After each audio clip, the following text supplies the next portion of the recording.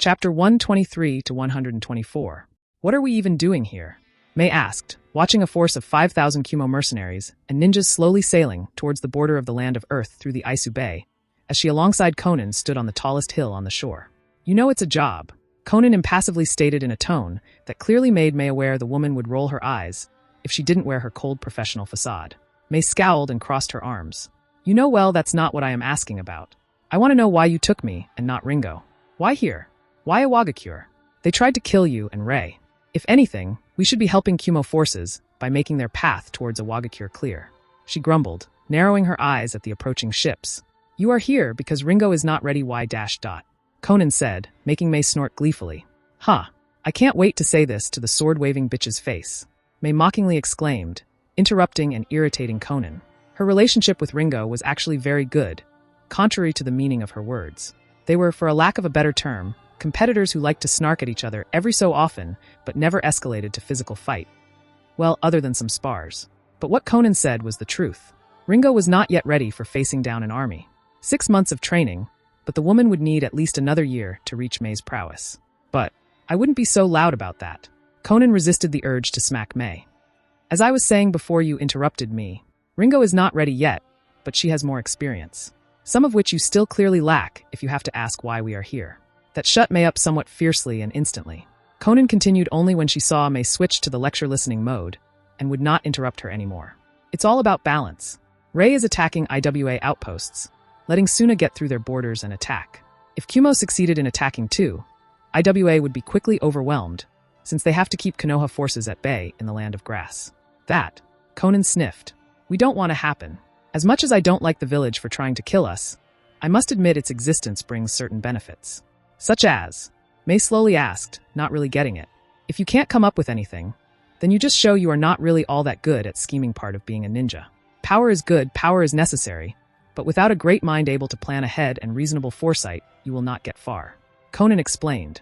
Mei just nodded, committing the words to her mind, as she thought about the apparent benefit of Iwagakure's existence.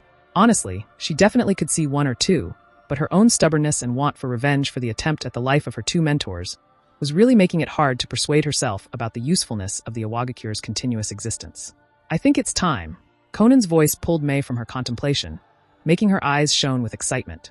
Sue, how are we doing this? She asked expectantly, a mischievous smirk on her face. Conan slowly turned to Mei with an amusedly raised eyebrow. We? Oh no, Mei. We are not doing anything. I am. You will just stay here, keep the fourth so to speak. After all, it's I who need to earn my SS rank. You are here more to learn more about large-scale combat. Last time you fought it, this time you will see and analyze it, while having my back if anything too unexpected happened. What? But that's not fair. Mei whined only for Conan to lean forward and, much to Mei's annoyance, ruffled the auburn hair of the shorter girl with an indulging smile. Get used to it, brat. That's life, she said in a mock rueful tone with a dreamy sigh at the end. Stop it, or I will melt you. Mei growled, but Conan only flicked her nose in a playful way before turning around and jumping off the hill, flying into the air as her lower body changed fully to paper. Mei knew she lost that argument and will probably suffer during one of their training sessions for it too, but she was just so irritated. Conan literally threw her out of her warm bed, took away her Rei plushie, told her to get ready and meet her in 20 minutes. Heck, she didn't even have the time to properly eat breakfast before they teleported to a clearing near Iwagakure. The same Rei and Conan were hiding when preparing the Hokage monkey prank. And then Mei was forced to make the track towards the northeastern coast of the Land of Rock. Not the most enjoyable of her mornings for sure. Conan could at least let her kill something. Conan was already quite high above the hill when a bit in front of her. Slices of paper started hovering before their color, started to change into brown as she supported her chakra in order to harden them the most she could. Conan then pulled out something she very rarely used in battle. Her fan unfolded, prepared to rain destruction on her enemies as chakra started to build up, before Conan brutally swung in without mercy, sending raging winds in the direction of the Kimogakure forces as she willed her earth-hardened slices of paper to fly towards them at their fastest speed. The more experienced Kumo ninjas managed to pull out the water wall, lightning jutsu capable of shielding, or any other technique they deemed capable of stopping the ungodly hard projectiles. Unfortunately for them, the ferocious winds that blew above the ocean, due to Conan, didn't only rip the sails, while leaving nasty cut marks all over the ships, with some occasional buggers being cut in half. Their primary function was to speed up the hardened projectiles, and the Kumo forces certainly felt that. The defensive jutsus of Kumo ninjas were ripped right through by the rapid hard projectiles, riddling the ninjas, boats, sails, and water with holes alike. It was certainly chaos. People burst into blood, being plummeted by the projectiles. Broken bones, ruptured organs, missing appendages. And when one thought himself lucky enough to survive all that, the hard truth reared its ugly head. The boats became almost unusable due to the holes that went right through the hull, ending all the way in the water under the ship. The ships quickly started filling with water, sinking. May could only watch with her mouth agape at the clean display of wholesale slaughter her mentor just showed her. It was not some showy battle, nor was it a showdown of guts and sweat. Nope. This was a show of gore and blood caused by two jutsu her mentor could perform rather easily. The entire point of it was that Konan cast the jutsu at a good angle, aiming them downwards so the gravity did a very good job, and by the time her projectiles impacted the Kumo fleet, it was as if small meteorites were raining on it. We are finished here. There is no one who could give me a challenge. The strongest dude of the lot is most likely mid-A rank ninja. Konan's impassive voice once again pulled May from her reverie as she watched the fumbling and screaming Kumo soldiers. She didn't even notice when Konan managed to descend from the air, and it certainly made her aware of the ever-present power rift between Konan and her. But they are still alive. May pointed at the small percentage of the previous fleet that was still kicking and screaming loudly. Of course they are. Konan actually broke her facade momentarily and rolled her eyes at May. Who would spread the news if they were not, in fact, alive? Ray surely does the same things and let some of his targets actually walk away completely fine to spread what happened in order to speed up our SS rank bingo book promotion. There are also Awagakure's ninjas hidden all around, keeping a distance from us. Even your new meager skill at nature sensing should pick them up, if you actually bothered to check, she said reproachingly. May flushed a deep red, trying to stammer a few words only to find herself utterly speechless. They are here to collect my bounty, if they found me weak enough to risk it after my fight with the fleet. This is exactly what I wanted to show you today, May. The way you won your first one versus an army situation was stupid and very risky. You didn't account for someone popping up after the battle is over to engage you again. I let you bathe in your glory long enough, but it's time to start your learning again, so from now on, you and Ringo are in clone army challenge training.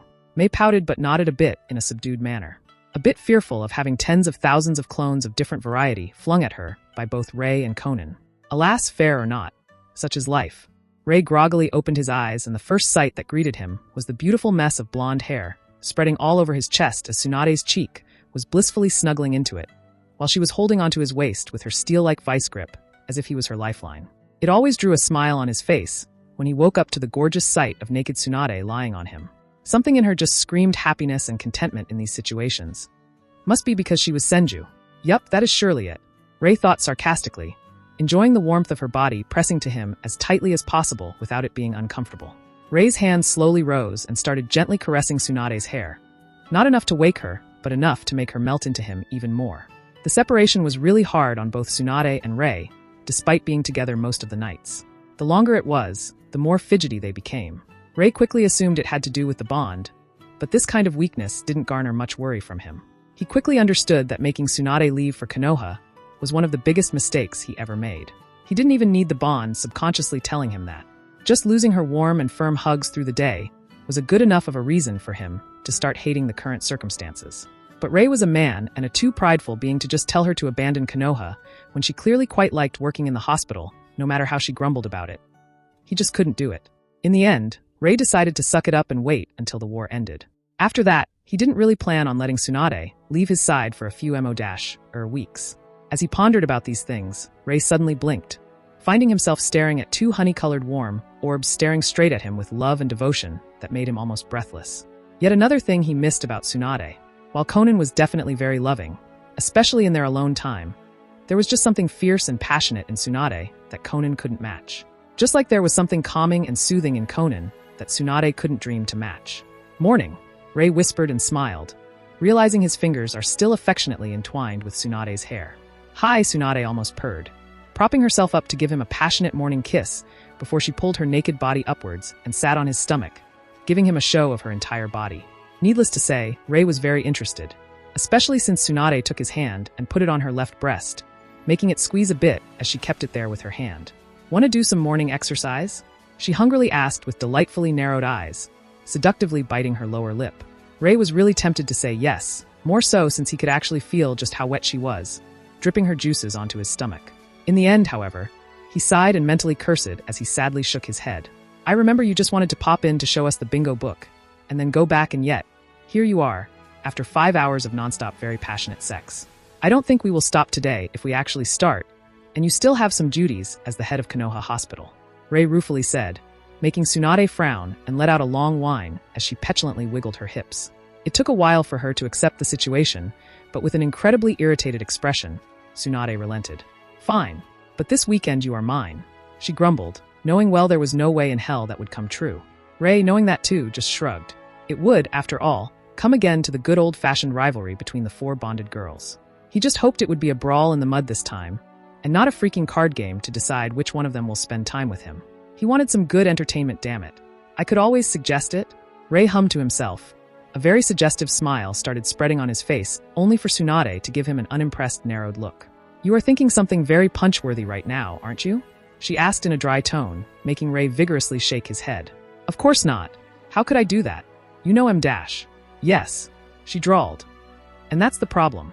I know you. And rolled her eyes. Rei's sweat dropped at that, but Tsunade just chuckled and lovingly pecked him on the lips. And despite that, I just can't stop loving you, she said happily, pulling herself away from her position of straddling his stomach. She now laid herself on his left side, just in time as the door opened and inside walked Conan, who calmly marched her way to the right side of the king-sized bed. It didn't even take a hand gesture for her clothes to change into paper and being absorbed into her body as she, now fully naked, laid herself on Rei's right side. Morning, Rei Tsu. We can start, Conan said with a small telling smile, causing Tsunade to stick her tongue out at her, before pulling out the newest bingo book from her dimensional inventory. I hereby inform you, she started playfully. As of yesterday, both Rei of Kiri and Conan of Kiri are the newest SS rankers in the bingo book for Suna, Kumo, and IWA respectively. Their rank is apparently for wide-scale destruction of large forces alone. Tsunade summarized before snorting. Bloody bullshit if you ask me. She clicked her tongue. These two I know personally, and they are as harmless as squirrels. About as cuddly too. Yeah. Everyone knows squirrels are just a tad bit too murder-happy. Conan rolled her eyes. Evil too, Rei quipped, and with the hand under Tsunade's waist, he reached for her bottom. Only if you feed them coffee, Tsunade exclaimed before yelping from the unexpected squeeze, a pink dusting appearing on her cheeks. And we all know you energized Rei a lot during the last night. Conan smirked at blushing Tsunade. I could clearly hear you going ah faster or dash. Tsunade quickly reached Conan, covering her mouth with her palms, but forgetting her state of undress, as her chest squished itself on Rei's stomach, providing a very nice view for Rei. Shut up, Conan. We both know just who is the biggest screamer of Dash. Mei is in the door, Rei said, making Tsunade's eyes go wide in horror as her head whipped towards the still closed and locked door. Needless to say, she quickly turned to Rei, glaring, and about to scold him when she found herself held against his chest as his tongue invaded her mouth, her anger quickly forgotten. Rei pulled away, chuckling at Tsunade's silly smile, and gently chided. Now play nice, you two. Conan, Tsunade needs to go back to Konoha today. Don't try to goad her into a mind-blowing threesome. Not today. Conan became mildly subdued after hearing that, and gave a small nod. I am sorry, she said before giving a quick peck onto Rei's cheek and standing up, walking towards the door. In that case, I am going to fix a quick breakfast. After that nightly wrestling Tsunade had with you yesterday, she will naturally be starving. As if on cue, Tsunade's stomach grumbled, causing her to flush even more as she did the only thing that would get her out of her current predicament. She stood up and, dibs on shower. And just like that, the loudest member of the Konoha Sannin ran from the room with her proverbial tail tucked between her legs. Rei found himself alone in the room, still lying in the bed, and couldn't help but chuckle and shake his head at their antics. He took into his hands the bingo book and read his and Conan's new pages before chuckling some more.